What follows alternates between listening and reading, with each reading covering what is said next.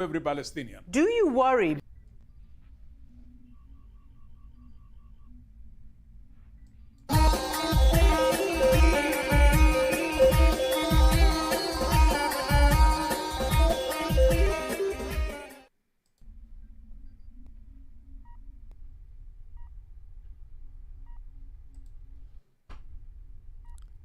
And according to IranPress.com, world could stay source of power for Palestinian nation.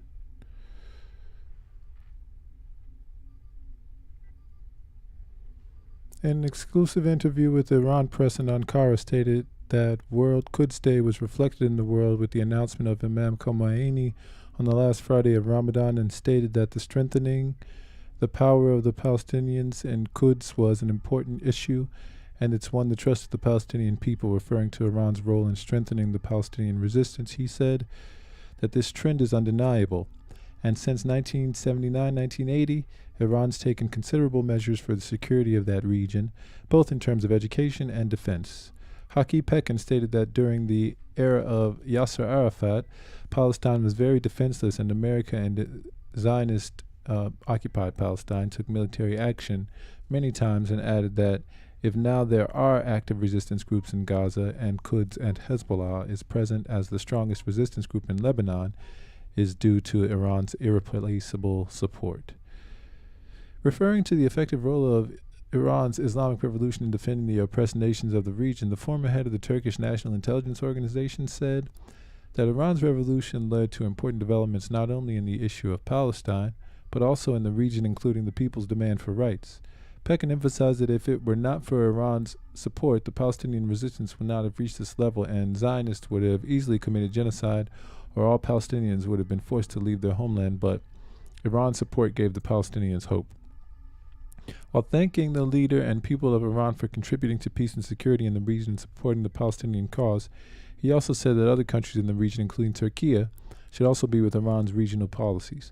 The Turkish National Intelligence Organization, also known by its Turkish initials MIT or MIT, or colloquially as the organization, is an intelligence agency of the Turkish government tasked with gathering information of national interests.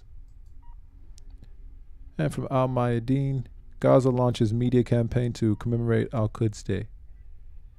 National Islamic factions as well as the resistance forces in the Gaza Strip affirmed Tuesday that the axis of Al-Quds is today more coherent and integrated in face of the Zionist occupation forces as it leads the confrontation with the enemy and all of its strengths and might days ahead of Al-Quds Day.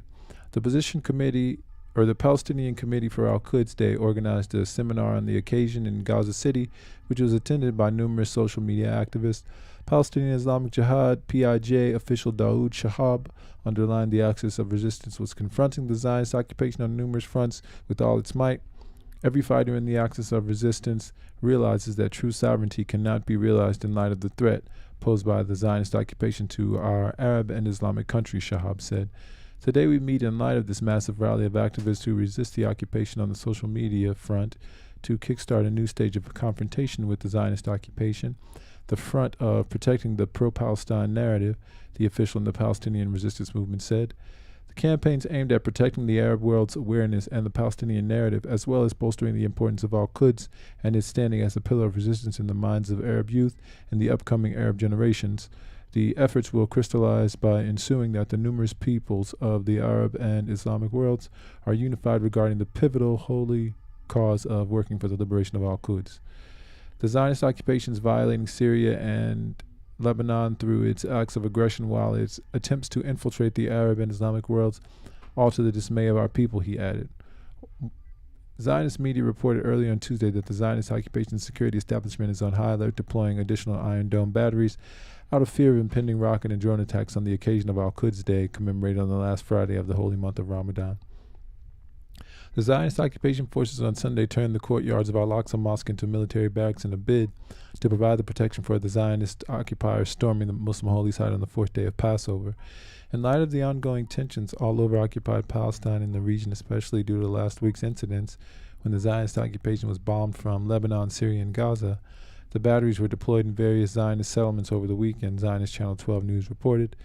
Commando fighters were stationed in central Zionist-occupied Palestine to bolster the Zionist police and embolden the sense of security in city centers based on the directions of the Minister of Security, Channel 12 added. And from Associated Press of Pakistan, International Quds Conference calls for convening Islamic foreign ministers moot on Zionist barbarism at Al-Aqsa.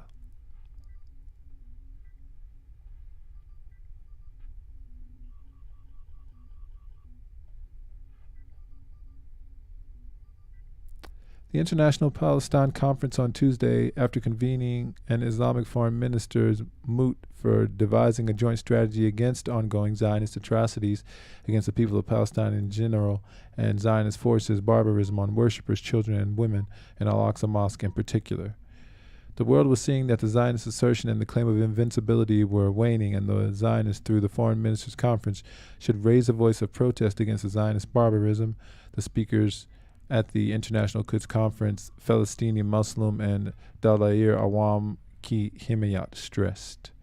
The conference, held at the National Press Club in Islamabad in collaboration with the Cultural Consulate of the Islamic Republic of Iran, was addressed by Saeed Ali Abbas Naqvi, Tanviz Haider, Mufti Alus Sunat Saeed Jahangir, Nasir Abbas Shirazi, Leader Shia Ulema Council Jafar Naqvi, Secretary General Shia Ulema Council Arif Hussein, Wahidi Mufti Amjad Abbas, Senator Talha Mahmoud, members of Ideological Council Allama Iftikhar Naqvi, and Iranian Ambassador Saeed Ali Hosseini, and others.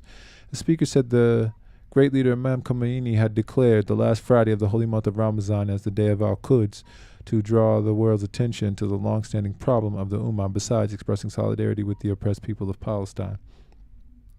Federal Minister Saffron Senator Talha Mahmoud said peace could not be maintained in the world by disrespecting humanity and violating human rights. Conspiracies are being made to trap Pakistan, the fifth largest country in the world in terms of population, into an economic crisis. The solution to the problems of the Muslim Ummah lies in their unity, he added.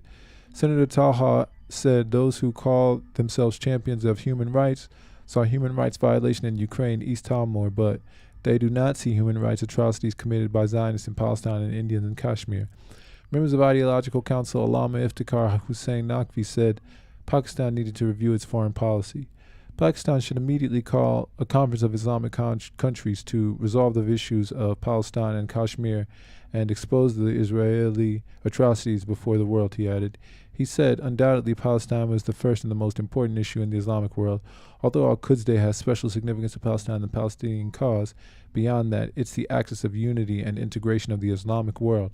It's a day of unity of Muslim countries in fighting against oppression, massacre, and occupation.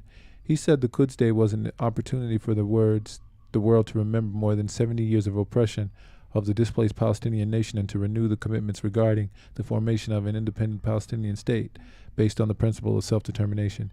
He said both Iran and Pakistan were committed to protecting Palestinian rights, and the two brotherly countries shared a close position on the issue of Palestine and Quds. The Quds Day is a growing global campaign to condemn violence, massacre, and discrimination, to assert the rights of the Palestinian people, and to defend the right to self-determination, he added. And watch this space. We'll be back with more news.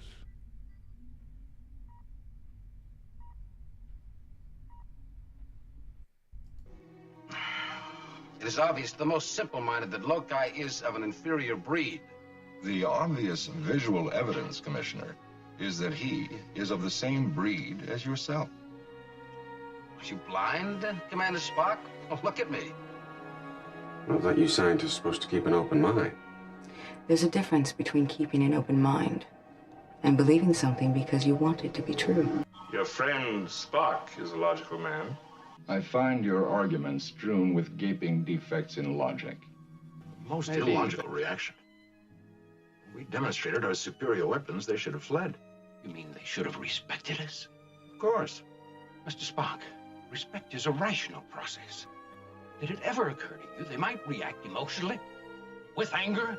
Doctor, I'm not responsible for their unpredictability. You do not think like the others. There are no colors to your patterns of logic. There's only black and white.